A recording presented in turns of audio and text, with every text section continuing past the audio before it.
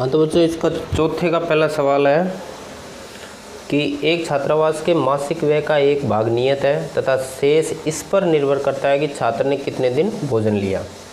जब एक विद्यार्थी ए को जो 20 दिन भोजन करता है रुपये 1000 छात्रावास के लिए व्यय के लिए अदा करने पड़ते हैं, जबकि एक विद्यार्थी बी को जो 26 दिन भोजन करता है छात्रावास के लिए 1180 रुपये अदा करने पड़ते हैं। तो नियत व्यय और प्रतिदिन का भोजन का मूल्य हमें ज्ञात करना है। तो इस तरह के सवाल हमने पहले भी किए थे सवाल, तो वो किराया टैक्सी वाला, ठीक है ना। तो इस यही है। तो इसमें एक तो हम नियत व्यय और प्रतिदिन का जो व्यय है वो मान लेंगे। तो कि माना छात्रावास का नियत व्यय, छात्रावास का नियत व्यय मतलब जो फिक्स खर्चा है वो तो है x रुपये, ठीक है, x रुपये तो फिक्स खर्चा हो गया। और फिर जो प्रतिदिन भोजन का मूल्य है तथा प्रतिदिन भोजन का मूल्य, प्रतिदिन भोजन का जो मूल्य है वो है y रुपये। ये दोनों चीज़ हमने मान ली, ये दोनों चीज़ हमें ज्ञात करनी है। अब प्रश्नानुसार क्या कह रहा है सवाल कि एक बच्चे जो उसने 20 दिन भोजन किया तो उसको 1000 रुपये देने पड़े। तो 20 दिन जो भोजन किया, 20 दिन भोजन किया तो उसने कितने रुपये, 1000 रुपये अदा किए, ठीक है। तो कहने का मतलब एक तो नियत तो x और उसने 20 दिन खाना खाया तो 20y और उसका देना पड़ा उसको 1000 रुपये। ये हो गया समीकरण 1, ठीक है। इसी प्रकार दूसरे ने 26 दिन भोजन किया और उसको देना पड़ा कितना, 1180 रुपये, 1180 रुपये, ठीक है। तो ये हो जाएगा हमारे पास जो x तो उसके नियत तो उसके भी लिए लगेगा और ये 26y हो जाएगा और ये हो जाएगा 1180, समीकरण 2, ठीक है। तो एक और दो समीकरण आगे एक समीकरण अपने इसको विलोपन विधि से हल करके x और y की मान निकाल लेंगे तो हमारे पास जो आंसर आ जाएगा। तो यहाँ समीकरण 1 व 2 से, ठीक है, दोबारा रख लो x प्लस 20y बराबर 1000 और x प्लस 26y बराबर 1180। अब ये समान चिन्ह है तो यहाँ लिख देंगे घटाने पर, ये माइनस घटाने पर चिन्ह बदल जाएंगे, ये प्लस, ये दोनों कट जाएंगे। तो ये प्लस के 20 और माइनस के 26 तो माइनस के 6y और इधर माइनस के बच जाएंगे 180, ठीक है। तो यहाँ से जो y का मान आएगा वो आएगा 180/6 मतलब 30। जो y का मान क्या आ गया हमारे पास 30। और इस y के मान को हम समीकरण 1 में रख के x का मान निकाल लेंगे। तो y का मान समीकरण 1 में रखने पर, ठीक है। तो एक है हमारे पास x प्लस 2y बराबर 1000, तो x प्लस 2 और y की जगह रख दिया 30 बराबर 1000, ये हो जाएंगे 600 बराबर 1000। तो x बराबर हो जाएगा 1000 माइनस 600, पक्षांतरण कर दिया तो क्या आ जाएंगे 400। तो ये हमारे पास x का मान आ गया। तो यहाँ पे लिख देंगे कि अतः छात्रावास का जो नियत व्यय है, नियत व्यय जो x है वो तो आ गया 400 रुपये और जो प्रतिदिन भोजन का व्यय है भोजन का जो व्यय है y माना था हमने वो कितना आ गया 30 रुपये, ठीक है। ये तो ये दोनों हमारे क्या हो जाएंगे आंसर, ठीक है बच्चों। तो इस तरह अपने चौथे सवाल का आंसर हुआ, ठीक है। हाँ तो बच्चों इसका देखो चौथे का दूसरा सवाल है कि एक भिन्न 1/3 हो जाती है जब उसके अंश में 1 घटाया जाता है और वह 1/4 हो जाती है जब उसके हर में 8 जोड़ दिया जाता है। तो भिन्न ज्ञात करनी है। तो सबसे पहले क्या मान लेते हैं, माना वह भिन्न।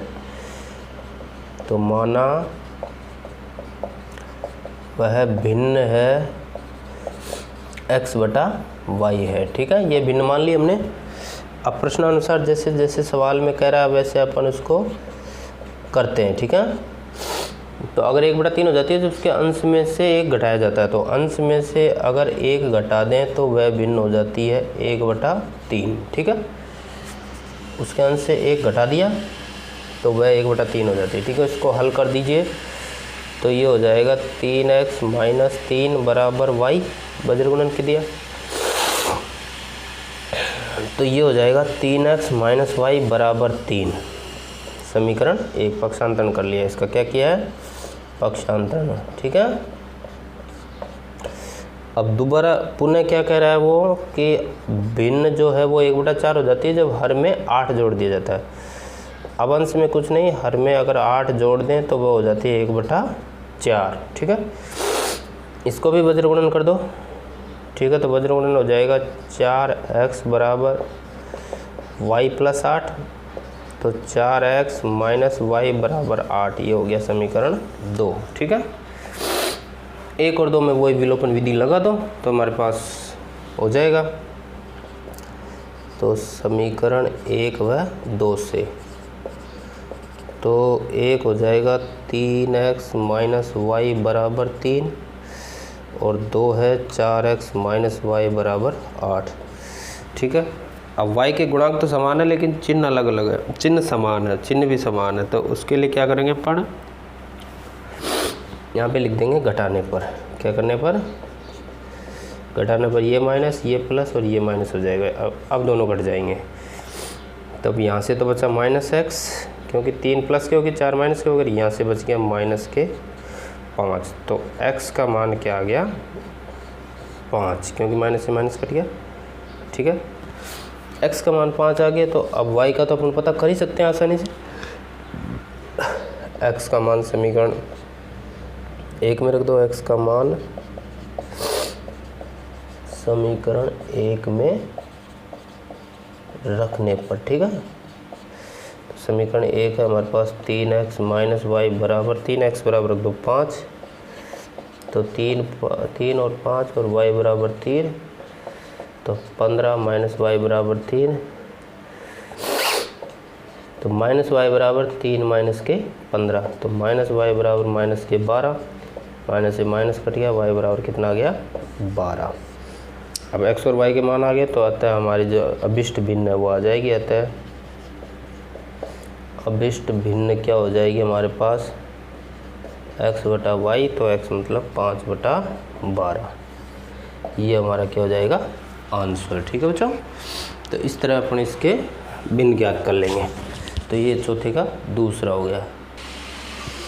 हाँ तो बच्चों इसका चौथे का तीसरा सवाल है, यश ने एक टेस्ट में 40 अंक अर्जित किए जब उसे प्रत्येक सही उत्तर पर 3 अंक मिले तथा अशुद्ध उत्तर पर 1 अंक कटा, और यदि उससे सही उत्तर पर 4 अंक मिलते और अशुद्ध उत्तर पर 2 अंक कटते तो यश 50 अंक अर्जित करता। तो टेस्ट में कितने सवाल थे ये अपन को पता करना है, ठीक है ना।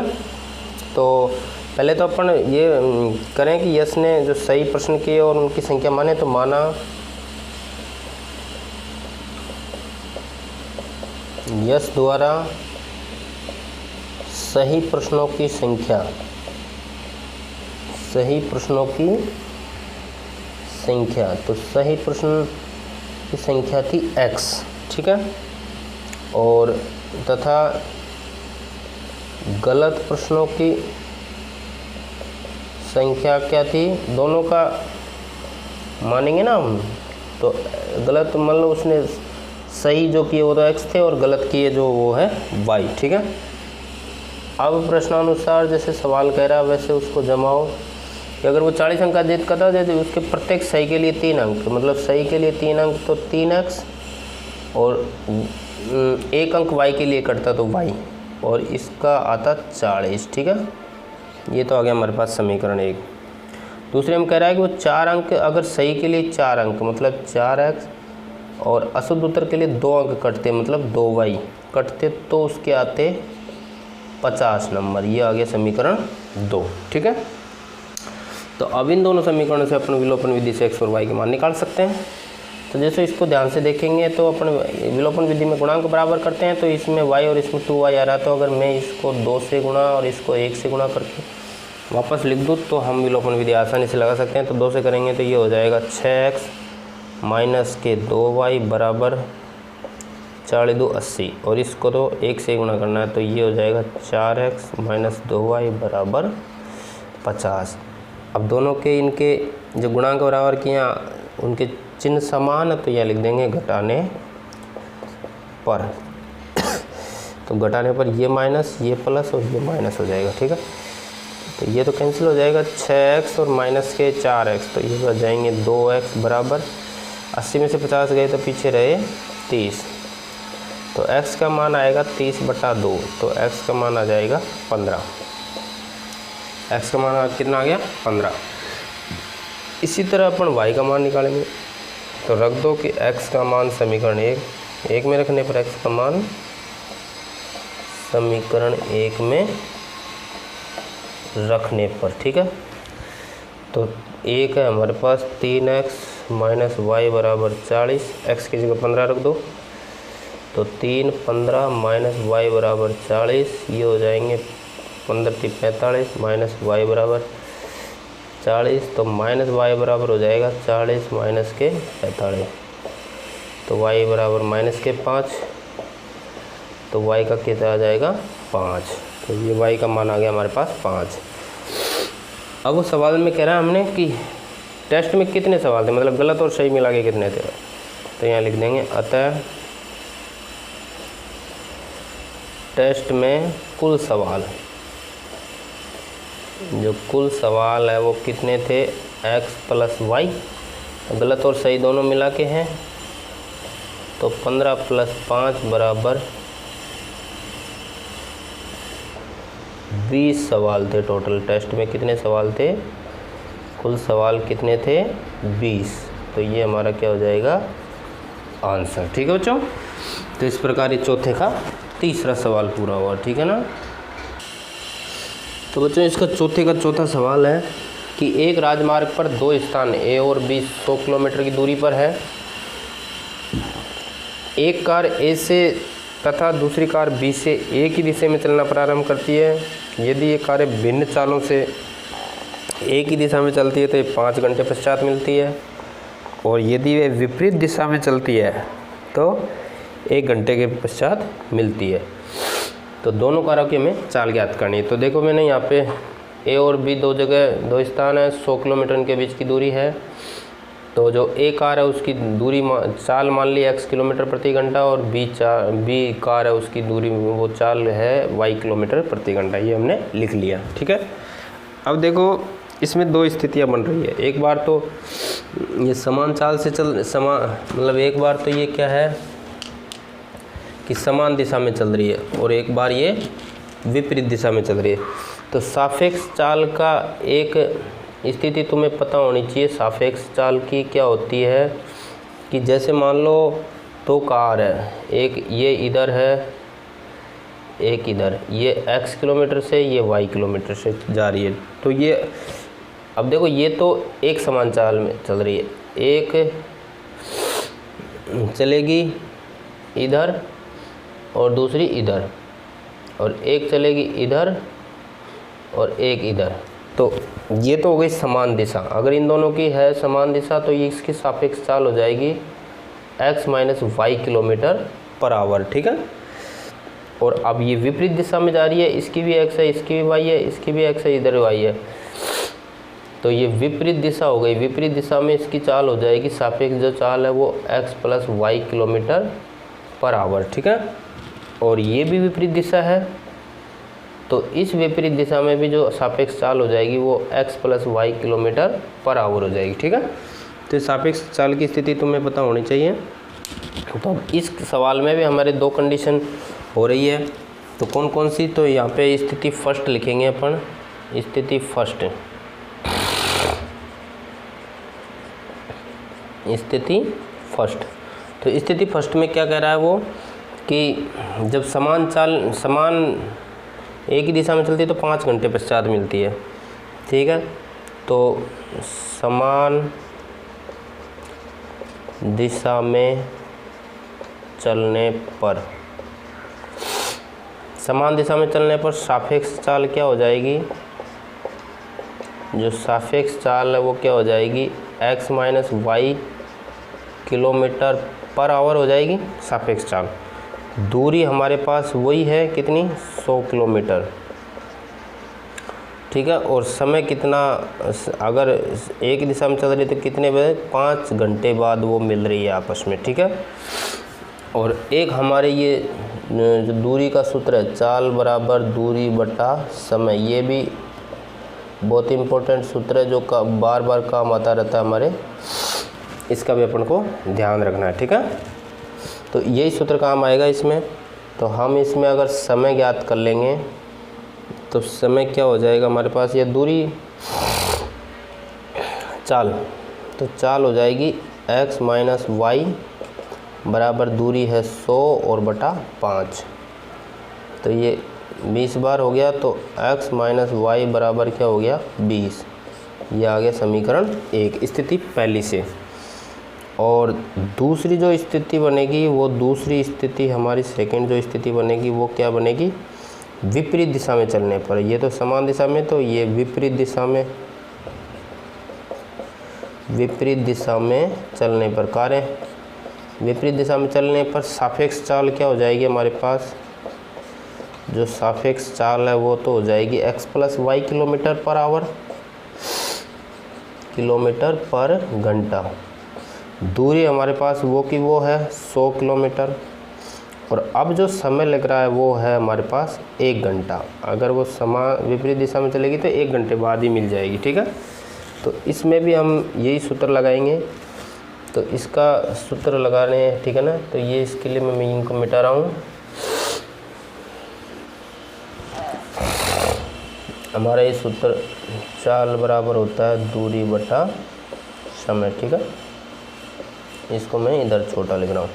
अब मैं यहाँ पे इसी से अपन वही सापेक्ष चाल हो जाएगी, अब x प्लस वाई और दूरी है 100 बटा 1 घंटा लग रहा है, तो इसमें x प्लस वाई बराबर हो जाएगा 100।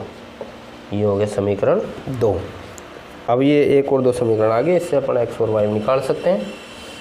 तो वापस लिखेंगे यहाँ पे समीकरण 1 व 2 से, 1 व 2 से। ठीक है, तो 1 व 2 से क्या हो जाएगा हमारे पास, एक है x माइनस वाई बराबर 20 और एक है x प्लस वाई बराबर 100।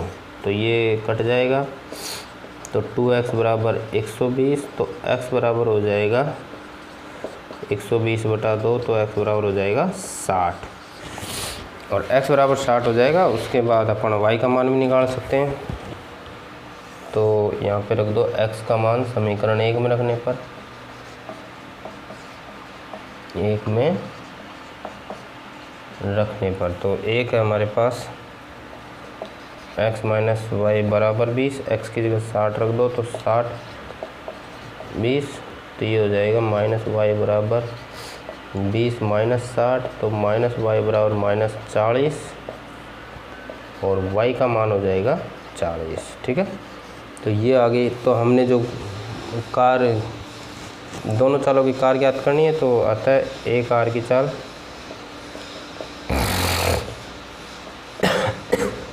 कार ए की चाल x बराबर तो हो जाएगी 60 किलोमीटर पर आवर, और कार बी की चाल जो है वो हो जाएगी y बराबर 40 किलोमीटर पर आवर। ये दोनों हमारे क्या हो जाएंगे आंसर। ठीक है बच्चों, तो इस तरह अपन चौथा सवाल करेंगे। ठीक है ना। हाँ तो बच्चों, इसका चौथे का 5वां सवाल है कि एक आयत का क्षेत्रफल 9 वर्ग इकाई कम हो जाता है यदि उसकी लंबाई 5 इकाई कम कर दी जाती है और चौड़ाई 3 इकाई बढ़ा दी जाती है। और यदि हम लंबाई को 3 इकाई और चौड़ाई को 2 इकाई बढ़ा दें तो क्षेत्रफल क्या हो जाता है, 67 वर्ग इकाई बढ़ जाता है। तो आयत की हमें बीमाएँ ज्ञात करनी, बीमाएँ मतलब लंबाई और चौड़ाई, ठीक है। तो इसके लिए सबसे पहले तो मैं आयत की लंबाई चौड़ाई मान लेता हूँ। तो यहाँ पे लिखेंगे अपन कि माना आयत की लंबाई, तो आयत की लंबाई मान ली मैंने x मीटर, ठीक है। मीटर कह दो या इकाई कह दो, ठीक है, इकाई कह दो, ठीक है, क्योंकि इकाई। और तथा आयत की जो चौड़ाई है वो मान ली मैंने y इकाई, ठीक है। मीटर वगैरह नहीं, इकाई मानिए, ठीक है ना। आप देखो इसको थोड़ा ध्यान से, मैंने यहाँ पे 3 चित्र बनाए हैं। तो पहले में क्या था कि केवल x, जिसकी लंबाई x और चौड़ाई y हो तो उसका क्षेत्रफल हो जाएगा अपना xy। बच्चों एक चीज़ ध्यान रखी जाए कि एक तो मेरे क्या थोड़ा वीडियो बना रहा हूँ, जब जुकाम हो रहा है, तबीयत थोड़ी ख़राब है, तो बीच में उसका आपको लग रहा होगा, दिख रहा होगा कि बोलने में थोड़ा दिक्कत आ रही है, तो इसको थोड़ा अवॉइड करें। एक जो आवाज़ आ रही है बाहर एक्स्ट्रा, उसको भी थोड़ा सा अवॉइड करके अपन सवाल को ध्यान से देखें, ठीक है ना। दूसरी स्थिति में क्या है कि लंबाई में उसके लंबाई में x - 5 मतलब 5 कम कर दिया और चौड़ाई में 3 बढ़ा दिया, तो उसका क्षेत्रफल हो जाएगा लंबाई गुना चौड़ाई होता है आयत का क्षेत्रफल, तो लंबाई गुना चौड़ाई मतलब x - 5 गुना y + 3। और तीसरी कंडीशन में क्या है कि हमने लंबाई को बढ़ा दिया 3 और चौड़ाई को बढ़ा दिया 2, तो उसका क्षेत्रफल हो जाएगा x + 3 और y + 2 का गुणनफल, ठीक है। अब इसमें जब पहली स्थिति की बात करते हैं अपन, तो पहली स्थिति में क्या है, स्थिति फर्स्ट। तो स्थिति फर्स्ट में क्या कह रहा है वो कि जो फर्स्ट स्थिति में उसके जो क्षेत्रफल है वो 9 वर्ग इकाई कम होता है। जब इसके बाद ये स्थिति करते हैं तो इकाई जो है वो, तो जो पहले स्थिति में जो नया क्षेत्रफल आएगा जो आयत का, वो पुराने क्षेत्रफल से 9 कम आएगा, 9 वर्ग इकाई, ठीक है। अब पहली स्थिति में नया क्षेत्रफल क्या है हमारे पास, x - 5 और y + 3, ये वाला क्षेत्रफल, ठीक है। और पुराना क्षेत्रफल क्या था, xy, और उससे 9 कम आया हमारे पास, ठीक है। इसको थोड़ा हल करेंगे अपन। तो देखो ये xy, इसको गुणा करेंगे x को 3 से तो 3x माइनस के 5y और माइनस के 15 बराबर xy - 9। xy से xy कट गया, तो हमारे पास आ जाएगा 3x - 5y बराबर -9 प्लस के 15 को मैंने इधर भेज दिया, तो 3x - 5y बराबर ये कितना बचा, 6 प्लस का, और ये आ गया हमारे पास समीकरण 1, ठीक है। इसी प्रकार जो दूसरी स्थिति है, दूसरी स्थिति में जो उसकी लंबाई चौड़ाई बढ़ाने के बाद में क्या है, उसमें जो क्षेत्रफल है उसका 67 सेंटीमीटर बढ़ जाए, 67 वर्ग इकाई बढ़ता है। तो दूसरी स्थिति में जो नया क्षेत्रफल आएगा वो क्या आएगा, पुराने क्षेत्रफल से 67 वर्ग इकाई ज़्यादा आएगा, क्योंकि वो कह रहा है ना कि यदि उसकी हम लंबाई को 3 बढ़ा दें इकाई और चौड़ाई को 2 बढ़ा दें, मतलब लंबाई को 3 बढ़ा दी, चौड़ाई को 2 बढ़ा दी, तो क्षेत्रफल 67 इकाई बढ़ जाता है। मतलब जो पहला क्षेत्रफल था xy, उससे 67 बढ़ जाता है। तो नया क्षेत्रफल है हमारा x + 3 और y + 2 इस तीसरे त्रिभुज का में, और पुनरांत क्षेत्रफल है हमारा ये xy, इससे 67 ज़्यादा आएगा, ठीक है। तो इसको भी मैं हल कर लेता हूँ। देखो गुणा करके देखो, xy + x को 2 से गुणा किया 2x + 3y और 3 दूनी 6 बराबर xy + 67। xy से xy कट गया, तो ये आ गया 2x + 3y बराबर 67 - 6 को इधर भेज दिया, तो 2x + 3y बराबर क्या आ गया, 61। ये आ गया समीकरण 2, ठीक है बच्चा। तो 1 और 2 समीकरण आ गया हमारे पास, ये 6 है, ठीक है ना। तो 1 और 2 समीकरण से अपन आसानी से x और y की मान निकाल सकते हैं, जो कि हमारे आयत की बीमाई आ जाएगी, ठीक है। तो इसमें देखो अपन निकालते हैं। तो समीकरण 1 व 2 से, एक है हमारे पास 3x माइनस 5y बराबर 6 और दूसरा है 2x प्लस 3y बराबर 61। ठीक है, अब इसमें गुणांक अपन को बराबर करने हैं। ये तो था हमारे पास समीकरण 1, ये था 2, तो अपन इसके गुणांक बराबर करेंगे तो क्या करेंगे, इसको 2 से गुणा कर दो या फिर ऐसे कर दो, या तो x का कर दो, y का कर दो, y का करेंगे तो इसको 3 से गुणा कर देंगे, इसको 5 से करेंगे, जो आने दो जो आ रहा है 3 से गुणा करेंगे तो ये 3 × 9x माइनस 5 × 15y बराबर 36 18 हो जाएगा। 5 से करेंगे 5 दूनी 10x प्लस 5 × 15y, और ये 5 से करेंगे 5 × 5 से कितनी 30 आ जाएगा। ठीक है, इसमें जोड़ने घटाने की जरूरत है नहीं क्योंकि प्लस माइनस पहले आ रहा है, तो ये हो जाएगा 19x बराबर ये हो जाएगा 8 और 5 से 1, और इधर 1 और 1 2 और 323। तो जो x का मान है वो हमारे पास आया 323/19। ठीक है, तो 323/19 से कितनी बार भाग जाएगा, तो भाग देते हैं अपन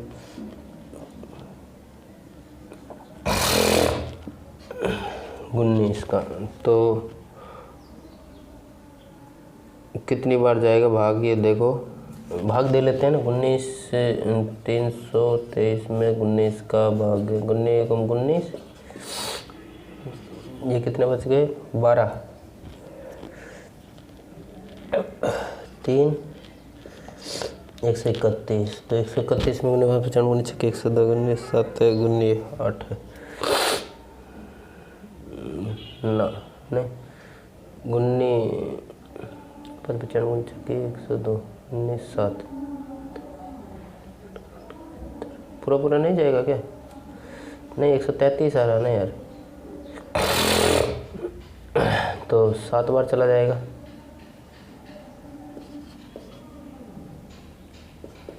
17 बार, तो ये कितने बार कट गया 17 बार, जो x का मान क्या आ गया हमारे पास 17। ठीक है, तो x का मान आ गया 17। अब x के मान 17 आ गया तो अपन y का निकाल सकते हैं आसानी से। तो x का मान समीकरण 1 में रखने पर, तो 3x की जगह रख दिया 17 माइनस 5y बराबर 6, 17 51 माइनस 5y बराबर 6, माइनस के 5y बराबर हो गया 6 माइनस 51, तो माइनस के 5y बराबर हो गया माइनस के 45। तो यहाँ से y का मान क्या हो गया, माइनस से माइनस कट गया 45/5, तो 9 बार, तो y का मान कितना आ गया 9। ठीक है, ये आ गया हमारे पास x और y का मान। तो आता है हम लिख देंगे लास्ट में कि आयत की लंबाई, आयत की जो लंबाई है वो x बराबर मानी थी हमने, तो x बराबर 17 इकाई आ गई, और जो चौड़ाई है आयत की जो हमने y मानी थी y बराबर 9 इकाई। ठीक है बच्चों, ये दोनों हमारे क्या हो जाएंगे आंसर। ठीक है, तो इस प्रकार अपन इस 3.5 प्रश्नावली के हमने पूरे सवाल किए हैं। उम्मीद है आपको अच्छे से समझ में आया होगा। थोड़ा सा तबीयत ख़राब थी इसलिए बोलने में और बीच बीच में आपको डिस्टर्बेंस हुआ, उसके लिए थोड़ा सा अवॉइड करना इस बात को। और बाकी आपको अगर वीडियो अच्छा लगा तो लाइक शेयर और सब्सक्राइब ज़रूर करें। चैनल पर नए हो तो सब्सक्राइब ज़रूर कर लें, और अच्छा लगा तो अपने क्लासमेट्स और फ्रेंड्स के साथ शेयर करें। ठीक है, और इसी तरह अपनी पढ़ाई को बेहतर बनाते रहिए। ठीक है बच्चों, तो इस प्रकार अपने 3.5 पूरी हो गई, और अपन मिलते हैं अब अगली प्रश्नावली में। ठीक है, थैंक यू।